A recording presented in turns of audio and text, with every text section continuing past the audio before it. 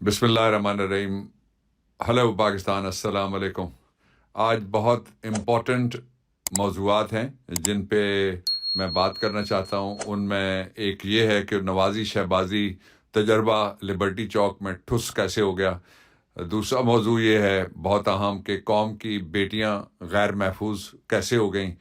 تیسرا موضوع یہ ہے کہ سپریم کورٹ آف پاکستان کے اندر جو کیس پینڈنگ تھا، آج اس میں چور دروازے سے ایک چوری کا قانون بنایا گیا. کیا یہ چوری کا قانون چوروں کو فائدہ دیتا ہے؟ لیکن اس سے پہلے ایک بہت عظیم مسلم حکمران جو اس صدی کے ہیں وہ ہیں ترکیہ کے طیب رجب اردگان. ان سے میری ملاقاتیں ہیں، ایک سے زیادہ.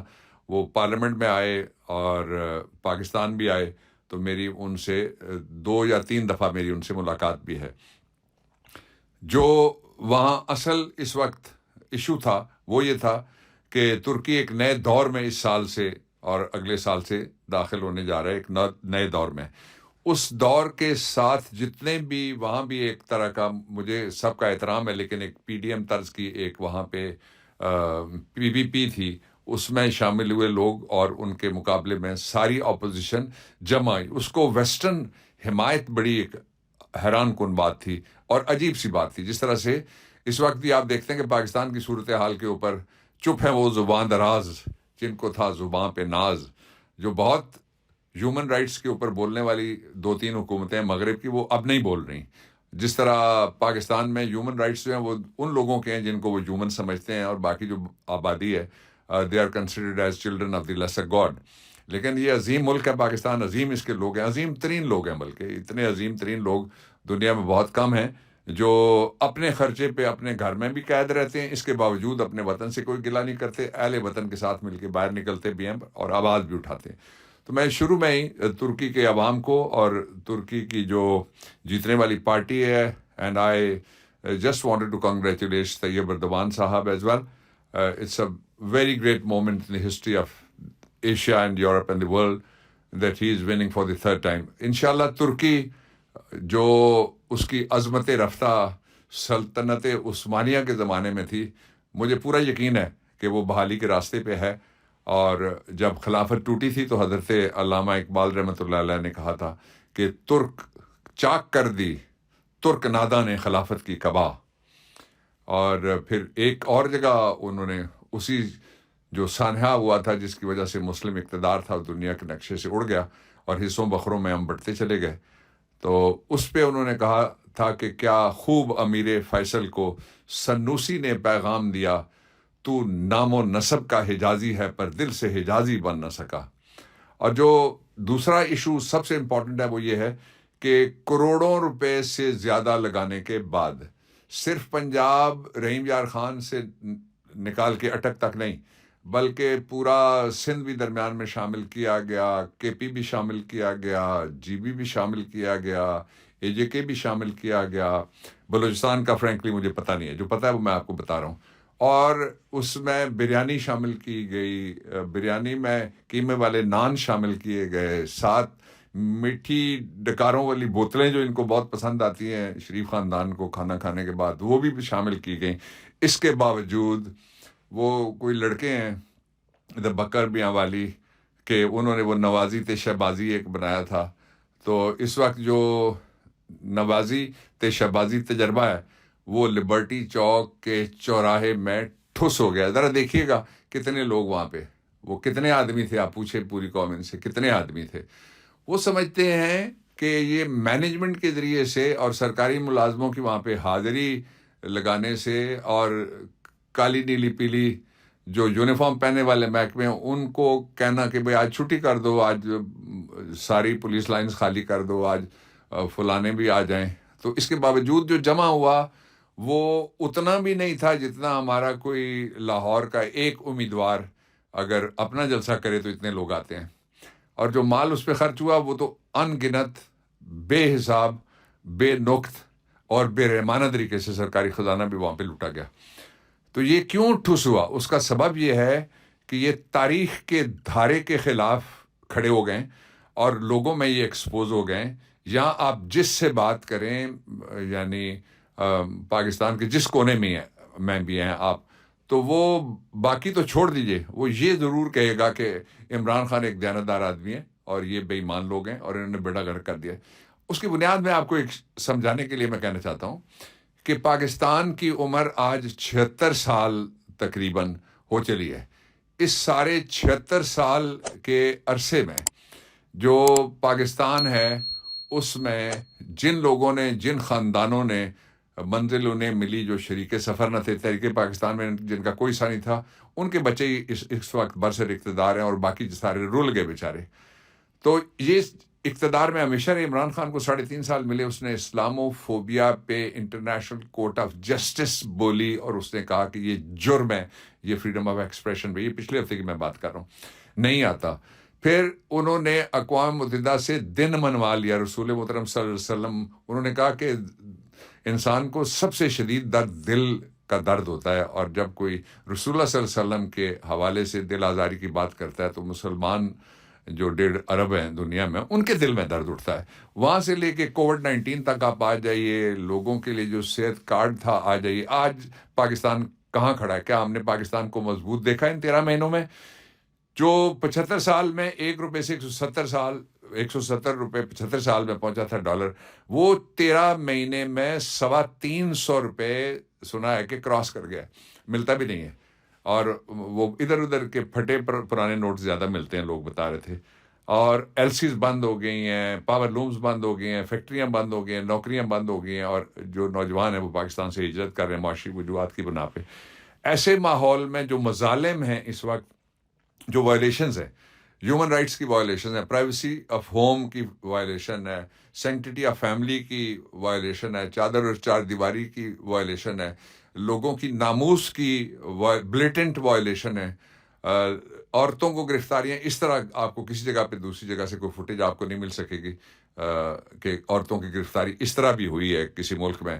اور پھر جو بچوں کے ساتھ جو سلوک کیا جا رہا ہے، پھر جو لوگوں کے پرائیویٹ بزنسز ہیں، میں حیران ہوں کہ 65 کی جنگ میں جو ہمارے ان کے قبضے میں آ گئے تھے ساتھ والے ملک کے، اور ان کے جو ہمارے قبضے میں آ گئے تھے، یا 71 کے آ گئے تھے، یا رن آف کچھ میں آ گئے تھے، یا پابندہ وار جو ہمارے مغربی بارڈر پہ ہوئی تھی اس میں، تو اس طرح کسی کا گھر نہیں گرایا گیا، اس طرح کسی کی گاڑیاں نہیں جلائی گئی، اس طرح سے کسی کی دیواریں نہیں توڑی گئی، اس طرح سے گاؤں اور دیہات کے اندر لوگوں کے بزنسز کرائے کے پریمسز میں بند نہیں کیے گئے، جیسے ایک خاندان نہیں 2 خاندان برباد ہوئے، ایک جس کی بلڈنگ ہے جو کرائے کے پیسے سے اپنا گزارا چلاتا تھا۔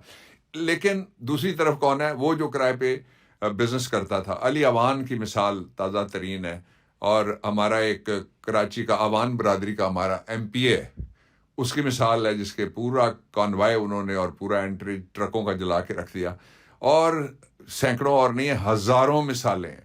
10,000 سے زیادہ لوگ جیلوں میں بند کرنے کے بعد آج پاکستان میں، آپ وسعت اللہ خان صاحب کا کالم ضرور پڑھیے گا، BBC والے اور ڈان پہ بھی آتے ہیں، اور آج پاکستان میں جہاں مظالم بڑھتے ظلم کی آخری حد کو پہنچے ہیں، وہاں عمران خان کی حمایت بڑھتے بلکہ مزید بڑھتے اور اوپر چڑھتے ہوئے 7ویں آسمان جو سیاست کے ہیں ان سے بھی آگے نکل گئی ہے۔ یہ ظلم جب بڑھتا ہے مٹ جاتا ہے، اور جو مظلوم ہے اس کے پاس ایک پاور ہوتی ہے جس کو کہتے ہیں پاور آف دی ویک، یعنی جو بندہ عجز ہے، انکساری، اور جو بے بس کر دیا جائے، اور وہ جو پکار اٹھے کہ ربی انی مغلوبم فانتصر، کہ اے میرے مالک میں بے بس ہو گیا، میری مدد کیجئے، نصرت دیجئے، مجھے فتح دیجئے۔ تو مجھے بالکل جس طرح سامنے دیوار ہے اس طرح سے نظر آ رہا ہے کہ عمران خان واپس آ رہا ہے، اور حالات، واقعات، لوکل اور ساری دنیا میں سے جو کچھ بھی ہمارے سامنے آ رہا ہے، تازہ ترین وہ یہی کرائن یہ ہیں کہ پاکستان کے اندر ایک پاکستان کو اندر سے مارنے کی جو کوششیں ہو رہی ہیں، اس پہ جو پاکستان کے ہمدرد ہیں، مسلمان ممالک بھی ہیں، جمہوری ممالک بھی ہیں، ان کو بھی تشویش ہے اور باقیوں کو بھی تشویش ہے۔ لیکن اصل بات جو میں کہنا چاہتا ہوں وہ یہ ہے کہ سب سے زیادہ تشویشناک بات یہ ہے کہ ہماری بیٹیاں کیوں غیر محفوظ ہیں؟ آخر کیوں؟ یہ بڑا سوال ہے۔ یہ بیٹیاں وہ ہیں جن بیٹیوں کو چاند تاروں نے نہیں دیکھا ہوا، اپنے ماں باپ کے سائے کے تلے ہیں، اور جن بیٹیوں کو کسی غیر نے چھوا نہیں، چھو بھی نہیں سکتا،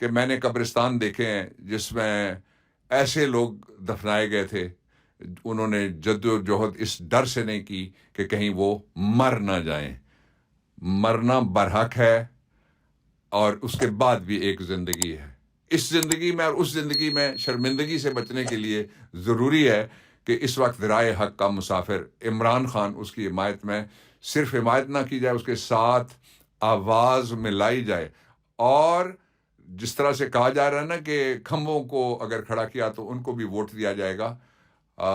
کھمبے سے خوف زدہ ہیں، جس طرح محسن نقوی نے کہا تھا، میں اس کو اپنے انداز میں کہنا چاہتا ہوں، کھمبے سے خوف زدہ ہیں اور ایک نہتے عمران خان سے بھی خوف زدہ ہیں۔ پاکستان پہ زندہ باد۔